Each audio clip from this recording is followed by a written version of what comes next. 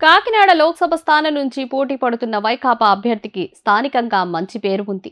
పదవిలో లేకున్నా కూడా అనేక అభివృద్ధి కార్యక్రమాలను నియోజకవర్గంలో చేపట్టడంతో పాటు వృద్ధులకు మరియు సామాన్యులకు కొన్ని వందల కోట్ల రూపాయలను ఖర్చు చేసిన ఘనత చలమలశెట్టి సునీల్కి దక్కింది.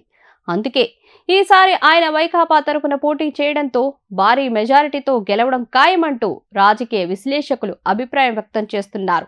ఎన్నికలకు చాలా నెలల ముందు నుంచే చలమలశెట్టి సునీల్ నియోజకవర్గంలో పర్యటిస్తూ ప్రచారం చేస్తున్న నేపథ్యంలో ఇప్పటికే ఆయన గెలుపు ఖాయమంటూ స్థానికులు చాలా ధీమాగా చెప్తున్నారు. వ్యాపారవేత్త అయిన చలమలశెట్టి సునీల్ మంచి మనస్సుతో ఏకంగా 400 గ్రామాలను దత్తత తీసుకుని వాటి అభివృద్ధిపై ఏకంగా 400 కోట్ల రూపాయలు సొంత డబ్బును ఖర్చు చేశారు.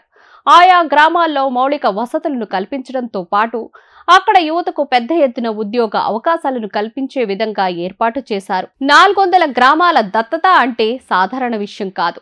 ఆయన మంచి మనసుకు ఈసారి కాకినాడ ప్రజలు భారీ మెజారిటీతో గెలిపించే విధంగా ఓట్లు వేయడం ఖాయమంటూ రాజకీయ విశ్లేషకులు అభిప్రాయం వ్యక్తం చేస్తున్నారు. కరోనా టైంలో కూడా ఎంతో మందికి బాసటగా నిలిచారు.